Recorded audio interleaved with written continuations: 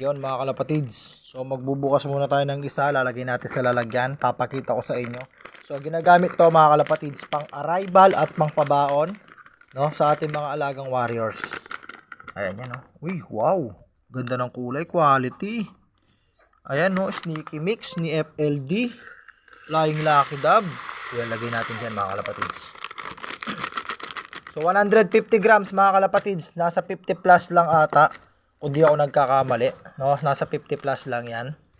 Ayan yan mga kalapatids. Ano pang hinihintay nyo? FLD Sneaky Mix plus Power Health. Subukan nyo na mga kalapatids. Huwag na kayo magpatumpik-tumpik pa. Nilabas na ng champion ng kanyang sikretong mix na ginagawa niyang pampabaon at pang-arrival sa mga warriors niya. Ayan, FLD Flying Lucky Dove ang may gawa niya ng mix na to. Ano, FLD mix to, FLD mix.